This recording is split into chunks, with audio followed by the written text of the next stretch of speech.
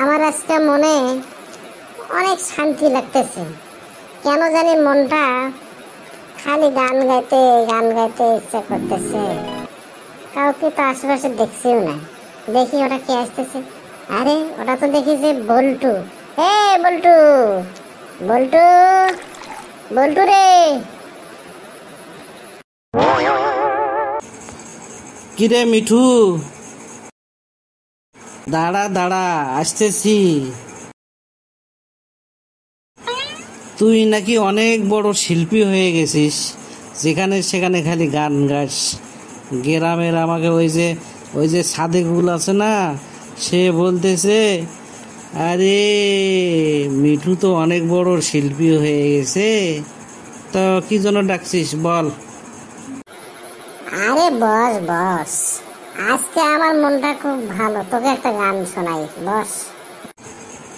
আচ্ছা ঠিক আছে, নে বসলাম। এবার শোনা দেখি। তুই তো আবার গান না শুনলে শান্তি পাবি না। ঠিক আছে শোনা, তোর গান এখন শুনি, আমি দেখি কেমন গান পারিস। ঠিক আছে, তাহলে আমি গান গাই, তুই মনোযোগ দিয়ে শোন।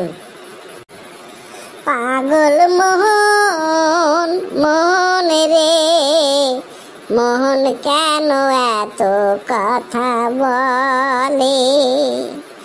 পাগল মোহন, মোহন রে মোহন, কেন এত কথা বলে? আমি বাকে, আমার মনটা বাকে, আজ পারলাম না আমার মনকে চিনিতে।